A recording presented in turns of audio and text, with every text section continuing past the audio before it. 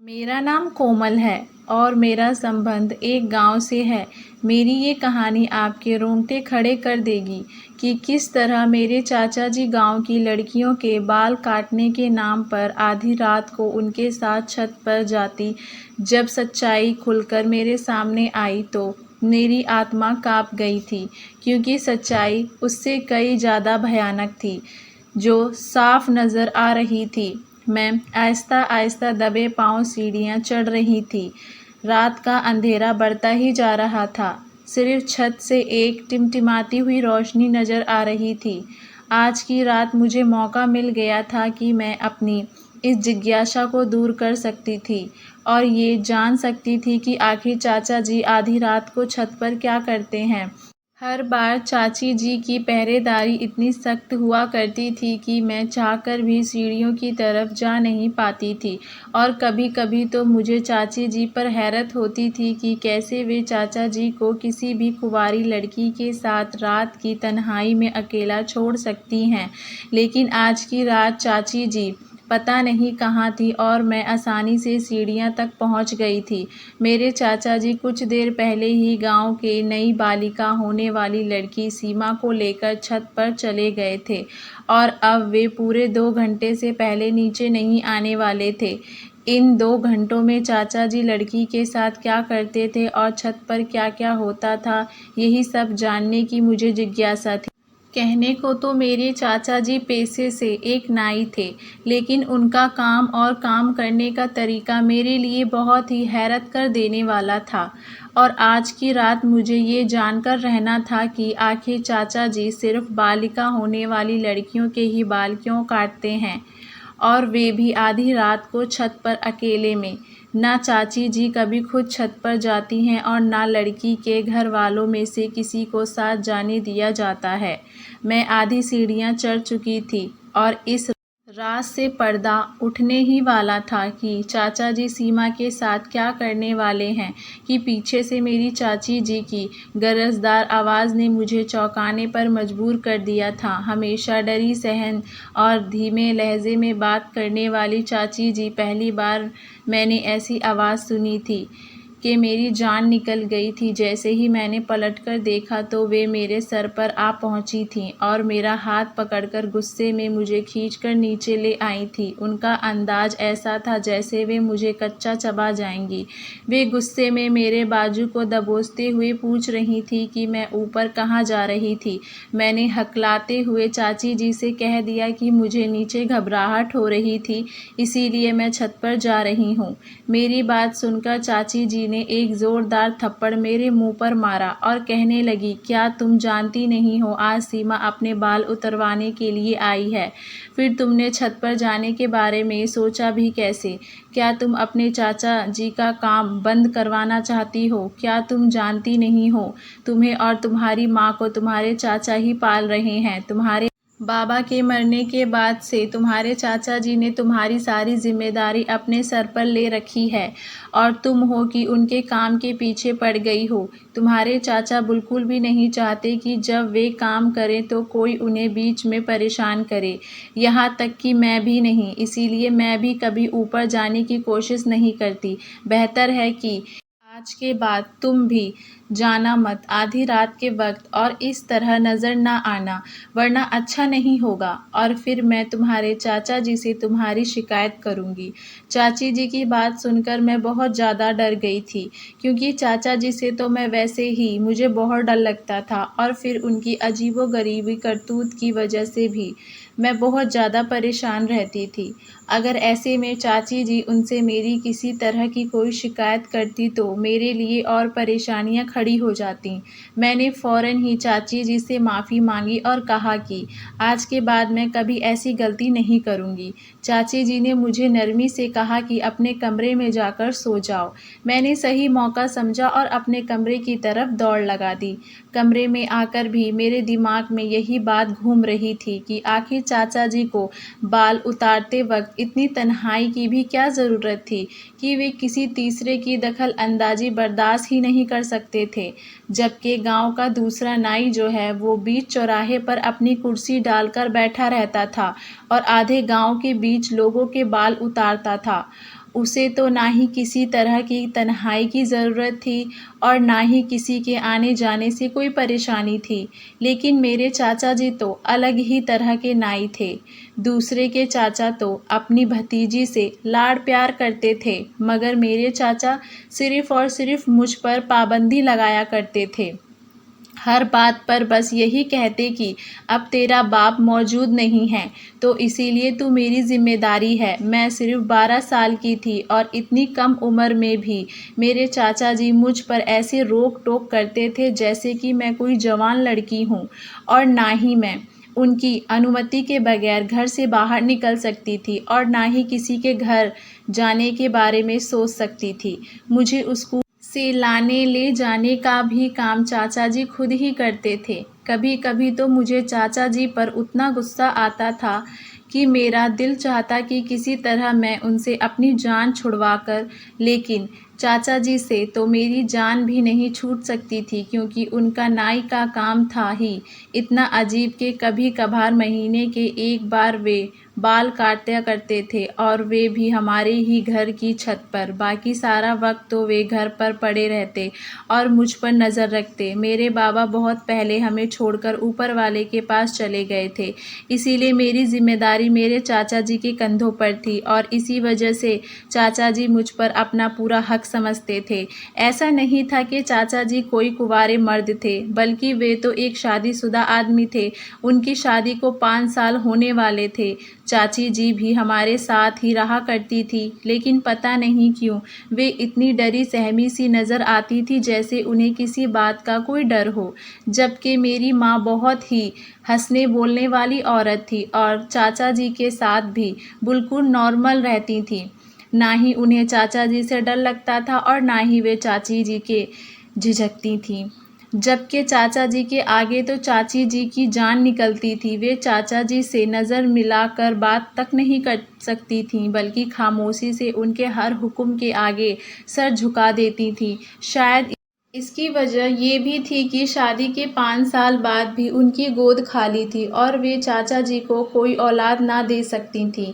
जो भी था, मुझे अपने चाचा जी एक आँख नहीं भाते थे, क्योंकि उनकी वजह से मेरा बचपन भी जवान लड़कियों की तरह गुजर रहा था। और जैसे-जैसे मुझे समझ आई और पता चला कि मेरे चाचा जी क्या काम करते हैं, तो मैं हैरान रह गई, क्योंकि मेरे चाचा जी मर्द होकर भी मर्दों के बाल नहीं काटते थे, बल्कि वे तो लड़कियों के बाल काटते थे, और वे भी ऐसी लड़कियों के जो बालिग हो जाया करती। ये बात मेरे लिए बहुत हैरान करने वाली थी और जब से मुझे इस बात का पता चला था, मेरे अंदर जिज्ञासा सी पैदा हो गई थी कि चाचा जी ऐसा क्या करते हैं। कई बार मैंने सोचा कि चाचा जी को किसी लड़की के बाल काटते हुए देखूंगी, लेकिन चाचा जी का तो तरीका ही बिल्कुल अलग था। वे आधी रात को बालिग लड़की को घर बुलाते और उसे अपने साथ छत पर ले जाते और वहां ले जाकर उसके बाल काटते थे। सारे गांव में ये मशहूर था कि चाचा जी जिस भी लड़की के बाल काटते हैं, उसकी जवानी बहुत खूबसूरत होती है और उसके नसीब जाग जाते हैं, क्योंकि उस लड़की की शादी किसी बहुत ही अच्छी जगह पर हो जाती है। इसीलिए लोग खुशी-खुशी अपनी जवान लड़कियों को चाचा जी के पास आया करते थे, ताकि उनकी बेटियों की किस्मत बदल जाए। लेकिन ये बात मेरी समझ से बाहर थी कि चाचा जी से बाल कटवाने से किसी लड़की के नसीब कैसे बदल सकते हैं, और वे भी आधी रात को अकेले में। कई बार मैंने इस हकीकत को जानने की कोशिश की कि चाचा जी लड़की के बाल किस तरह काटते हैं और आधी रात को छत पर ही क्यों ले जाते हैं, लेकिन कभी भी मुझे ये जानने का मौका नहीं मिला, क्योंकि जब भी चाचा जी किसी लड़की के बाल काटने के लिए छत पर ले जाते, तो चाची जी सीढ़ियों पर पहरेदारी करना शुरू कर देती और किसी को छत पर ना जाने देती। मेरी सहेली प्रिया बालिग हुई तो गांव की दूसरी लड़कियों की तरह उसे भी चाचा जी के पास लाया गया। मैं ये सोचकर खुश हो गई कि चलो प्रिया से अगली सुबह इस बारे में बात करूंगी, तो मुझे पता चलेगा कि चाचा जी ने उसे छत पर ले जाकर उसके बाल कैसे काटे। लेकिन अगले दिन जब वे स्कूल आई तो वे बिल्कुल खामोशी थी। मेरी सवाल करने पर भी उसने कोई जवाब ना दिया, बल्कि सारा वक्त गायब दिमागी से क्लास में बैठी रही। मैं हैरान थी कि इतनी शरारती और चुलबुली प्रिया को अचानक से क्या हो गया है। घर आकर यही बात मैंने अपनी माँ से कही तो माँ हंसकर कहने लगी, बेवकूफ़, अब वे बालिग हो गई है और ऐसे में लड़कियों में बहुत ज़्यादा बदलाव आ जाते हैं। शायद इसीलिए वे भी अपनी माँ के कहने पर चुपचाप बैठी हो। अब तो उसके सर पर बाल भी नहीं हैं, शायद इसीलिए झिझक रही होगी। माँ की बात सुनकर मैं संतुष्ट हो गई थी। वाकई 13 साल की प्रिया बहुत ही अजीब सी लग रही थी और क्लास के सब बच्चे भी उसे लगातार चिढ़ा रहे थे। हो सकता है वो शर्मिंदगी के मारे सारा वक्त खामोश रही हो, मगर मुझे क्या पता था कि उसकी खामोशी के पीछे क्या राज है। जब कुछ वक्त तक यही सिलसिला चलता रहा तो मैंने चोरी चुपके छत पर जाने की बहुत बार कोशिश की, लेकिन हर बार चाची जी के आगे आ जाती या फिर माँ ही मुझे डांट कर कह दिया करती कि अपने चाचा जी के काम में दखल अंदाजी ना किया करो। तुम्हारे चाचा जी ही हैं जिन्होंने तुम्हारे बाबा के मरने के बाद हमारा पेट पाला। वे अगर तुम्हें डांटा भी करते हैं तो बर्दाश्त कर लिया करो, क्योंकि वे हमारा भला ही चाहेंगे। शुरू शुरू में मुझे माँ की ये बात बिल्कुल भी समझ नहीं आती थी, लेकिन फिर धीरे धीरे मुझे एहसास हुआ कि मेरी माँ एक विधवा औरत थी जिसे पूछने वाला और कोई नहीं था। नाना नानी मर चुके थे और मेरे मामा जी दूसरे गांव में रहते थे। उन्होंने कभी पलटकर हमारा हाल तक नहीं पूछा था। ऐसे में चाचा ही थे जो हर वक्त माँ के साथ खड़े रहते थे।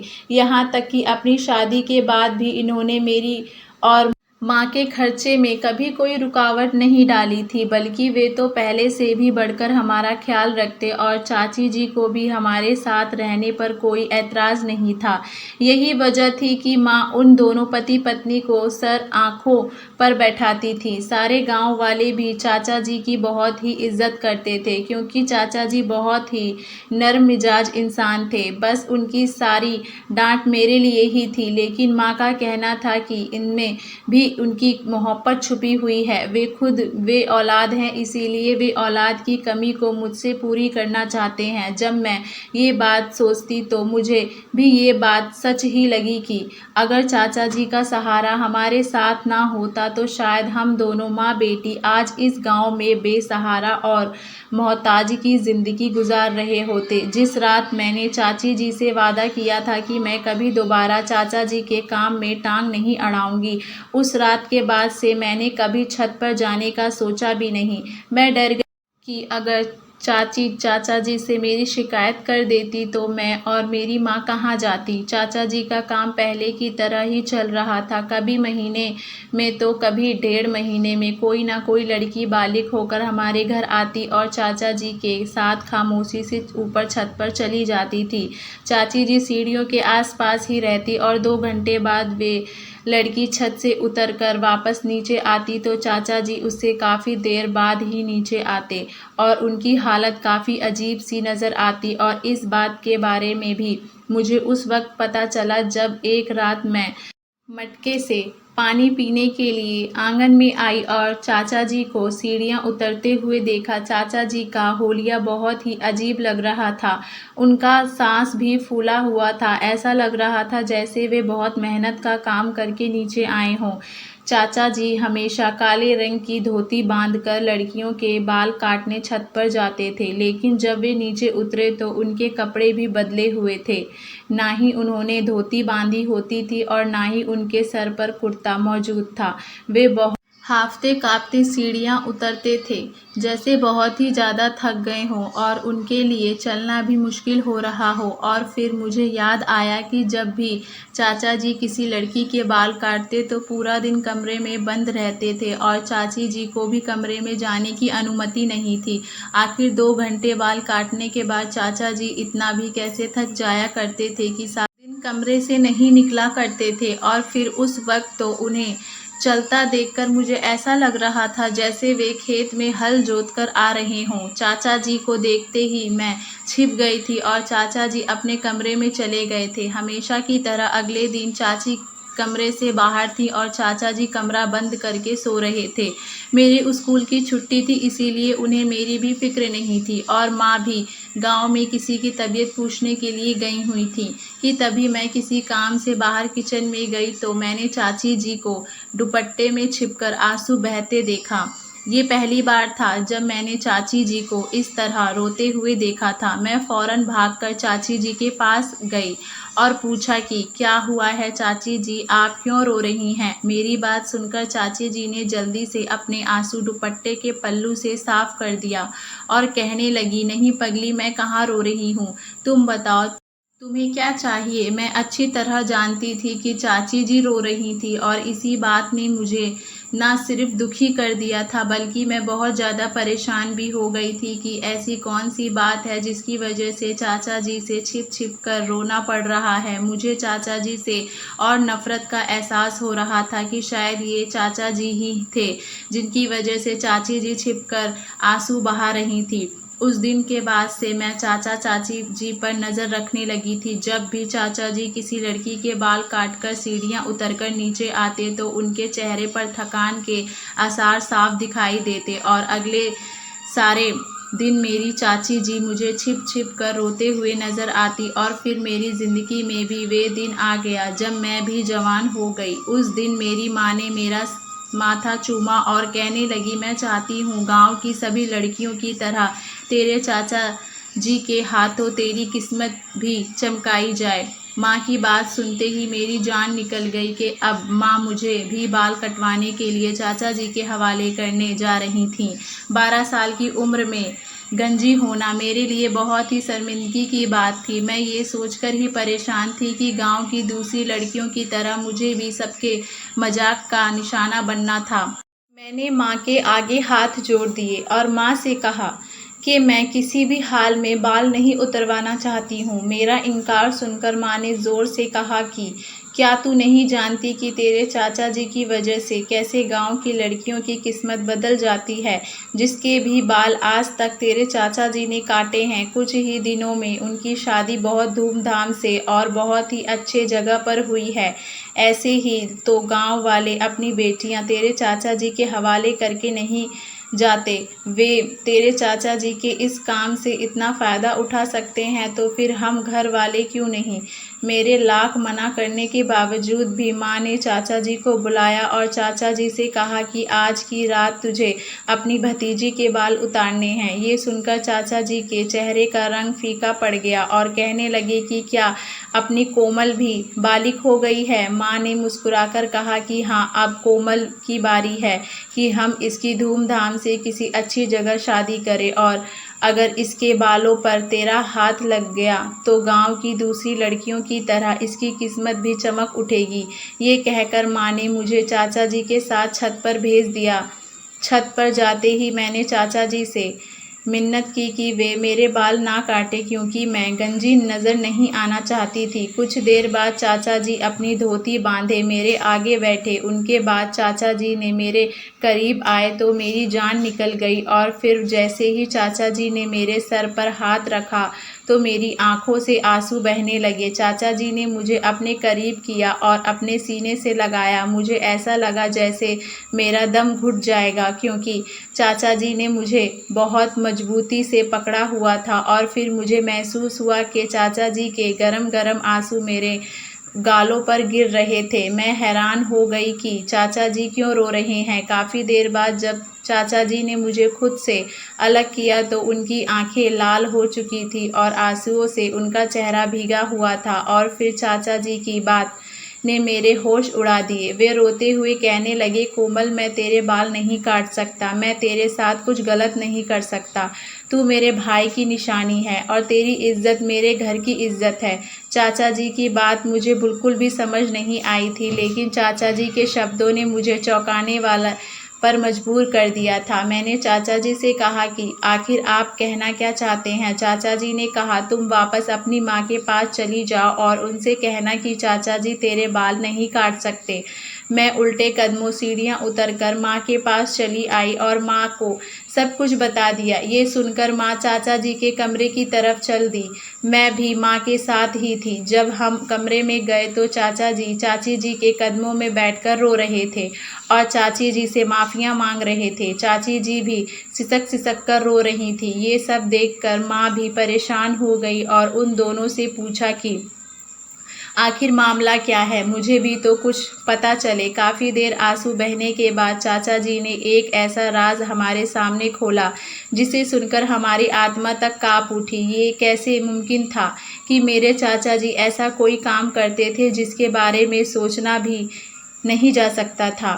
चाचा जी ने रोते हुए बताया कि आज से कई साल पहले की बात है। चाचा जी गांव के चौधरी के खास नाई थे और वे सिर्फ चौधरी साहब के ही बाल काटा करते थे। गांव के चौधरी अय्याश तरह के आदमी थे और उनकी फितरत चाचा जी को बिल्कुल पसंद नहीं थी, लेकिन चाचा जी की मजबूरी थी कि उन्हें ये नौकरी करनी पड़ रही थी। और फिर एक दिन गांव के चौधरी ने चाचा जी को अपनी नौकरी से निकालकर एक नया काम सौंप दिया। गांव के चौधरी ने सारे गांव में ये बात मशहूर कर दी कि चाचा जी के हाथ में बहुत जादू है और वे जिसके भी बाल काटते हैं उसकी किस्मत संवर जाती है। यहाँ तक कि गांव के चौधरी की ज़मीनें भी फलने फूलने लगती हैं और ये इसीलिए ही हुआ है क्योंकि चाचा जी उनके बालों पर हाथ लगाते हैं। सारे ही गांव वाले अनपढ़ और सीधे साधे लोग थे। उनके लिए तो गांव के चौधरी की ही हर बात सही होती थी और गांव के चौधरी ने इस बात का बहुत ज़्यादा चर्चा किया तो गांव वालों ने आंखें बंद करके इस बात पर यकीन कर लिया। और फिर चौधरी साहब ने अपने खास नौकर के ज़रिए ये बात भी फैला दी कि अगर मैं किसी बालिग लड़की के बाल काटूंगा तो उसकी किस्मत बदल जाएगी और उसकी शादी बहुत अच्छी जगह होगी।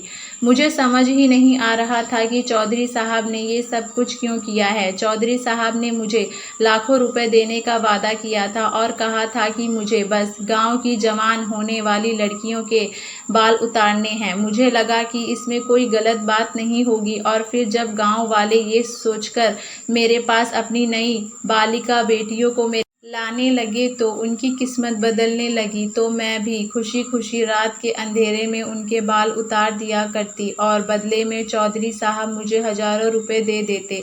कई सालों तक ये सिलसिला इसी तरह चलता रहा और फिर जब मेरी शादी हुई तुम्हारी चाची जी से हुई तो उसे पहली रात मेरे सामने ये राज खुला कि मैं जिन लड़कियों के बाल काटता हूँ उनके साथ चौधरी साहब क्या खेल खेलते हैं और ये जानकर मेरे भी रोंगटे खड़े हो गए थे। लेकिन मैं चौधरी साहब के इस गंदे खेल में बुरी तरह फंस चुका था और मैं चाहकर भी खुद को नहीं बचा पाया था और आज तक मैं उनके इस खेल का शिकार हूँ। चौधरी साहब को कम उम्र नई नई जवान लड़कियों के साथ अपनी हवस पूरी करने का शौक़ था और गांव में इस बात को बहुत ज़्यादा छिपाया जाता था कि कोई लड़की कब जवान हुई है। इसीलिए चौधरी साहब ने ये खेल रचा और लोग उनकी बातों में आ गए। जवान होने वाली लड़की जैसे ही मेरे पास आकर अपने बाल कटवाती तो चौधरी साहब को इस बात की खबर हो जाती कि अब ये लड़की नई बालिग हुई है और वे उसके साथ अपनी हवस पूरी करने के लिए कोई ना खेल रचकर उसे अपनी हवेली बुला लिया करते और गांव की हर बालिग लड़की उनके गंदगी और तिरस्कार का शिकार बनती थी और तुम्हारी चाची भी उन्हीं लड़कियों में से एक थी। और इस बात का राज शादी की रात तुम्हारी चाची ने मेरे सामने खोला था, लेकिन उस वक्त तक मैं बुरी तरह चौधरी साहब के काम में फंस चुका था कि चौधरी साहब ने मुझे ब्लैकमेल किया था कि अगर मैंने किसी के सामने भी ये बात खोलने की कोशिश की तो वे बिल्कुल भी इस बात को स्वीकार नहीं करेंगे बल्कि मुझे ही चरित्रहीन ठहरा देंगे। इस डर से मैंने ना ही कभी चौधरी साहब का काम छोड़ा और ना ही कभी किसी अकेली घर से बाहर जाने की अनुमति दी, क्योंकि मैं जानता था कि उनकी नज़र किसी गंदी और ख़राब है। तुम्हारी चाची बहुत अच्छी तरह जानती थी कि जिन लड़कियों के बाल मैं काटता हूँ उनके साथ चौधरी साहब क्या करते हैं, इसीलिए वे छिप छिप कर रोया करती और मैं खुद भी कई घंटों रोने के बाद ही नीचे आता था, क्योंकि मैं इस गंदे काम में शामिल नहीं होना चाहता था। चौधरी साहब ने मुझे खास काले रंग की धोती दी थी और कहा था कि लड़की के बाल काटने वक्त यही धोती पहना करो ताकि लोगों को लगे कि वाकई तुम कुछ खास करते हो, जिसकी वजह से लड़कियों की किस्मत बदलती है। चौधरी साहब लड़की को अपनी हवस का निशाना बनाने के कुछ ही महीने बाद उसकी शादी अपने किसी मशहूर नौकर से करवा देते और उस नौकर को ढेर सारे पैसे भी देते। इस तरह उस लड़की की ज़िंदगी संवर जाती। चौधरी साहब के पास पैसे की कोई कमी नहीं थी, इसीलिए अपनी अय्याशी पर आंख बंद करके पैसा लुटा रहे थे और मैं उनके हाथों की कठपुतली बन चुका था। लेकिन मैं तुम्हारे बाल काटकर चौधरी साहब को ये खबर नहीं पहुंचाना चाहता था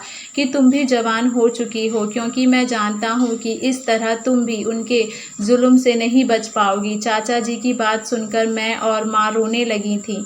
हमें तो इस चीज़ की कुछ खबर नहीं थी। माँ दूसरे गांव से शादी होकर आई थी, इसीलिए उन्हें भी चौधरी साहब के बारे में कुछ पता नहीं था। मुझे तो चाचा जी का अपने ऊपर नज़र रखना और उनका हमेशा पाबंदी लगाना हमेशा बुरा लगता था। लेकिन अब मैं सोच रही थी कि चाचा जी मुझसे कितना मोहब्बत करते थे कि जो मुझे चौधरी साहब से बचाने के लिए इस कदर कोशिश करते रहते थे।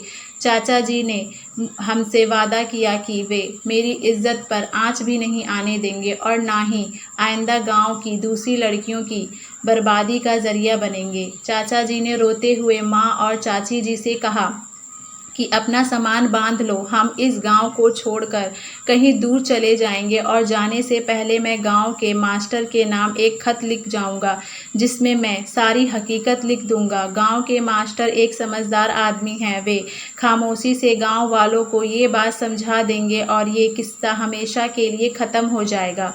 मैं, माँ, चाचा और चाची जी कोई भी नहीं जानता था कि आगे हमारी मंजिल क्या है। चाचा जी ने कदम बढ़ाया था, इसीलिए हमें यकीन था कि ऊपर वाला हमारी मदद करेगा। चाचा जी ने गांव के मास्टर के नाम एक लंबा सा खत लिखा था, जिसमें उन्होंने हर एक बात साफ साफ लिख दी थी ताकि हमारे जाने के बाद कोई गांव वाला चौधरी साहब की बातों में ना आ सके। फिर कोई लड़की बाल कटवाकर या किसी और तरीके से चौधरी साहब तक ये खबर ना पहुंचाए कि अब जवान और बालिग हो चुकी हैं और उनकी हवस का निशाना बनने के लिए तैयार हैं। मुझे आज भी अच्छी तरह से ये बात याद है कि जब भी कोई लड़की बालिग होने के बाद गंजी होती और फिर कुछ दिनों के बाद स्कूल आती तो वे किस कदर डरी सहमी और खामोश होती थी। मुझे हमेशा ही यूँ लगता था कि ये सब इसीलिए है क्योंकि वे गंजी होकर आई हैं और अपने इसी गंजेपन की वजह से परेशान हैं। लेकिन ये राज तो अब खुला था कि वे चौधरी साहब की हवस का निशाना बनकर आई थीं और मेरे वे चाचा, जिन्होंने मैं बहुत ही गलत समझती थी, दरअसल वो खुद भी एक तकलीफ़ का शिकार थे। और जब हम ये गांव छोड़कर जा रहे थे तो मेरे चाचा जी के चेहरे पर सुकून ही सुकून था। आज भी अक्सर गांव में ऐसे बहुत से चौधरी और वडेर मौजूद हैं जो इस तरह की हरकतों में शामिल हैं और सीधे साधे गांव वाले उनके घटिया काम और उनके करतूत नहीं जानते हैं। शहरी लोगों को चाहिए कि वे देहातों में पढ़ाई और सावकर के सिलसिले को आगे बढ़ाएं ताकि सीधे साधे लोग, भोले भाले गांव वाले ऐसी घटिया सोच के लोगों से खुद को बचा सकें।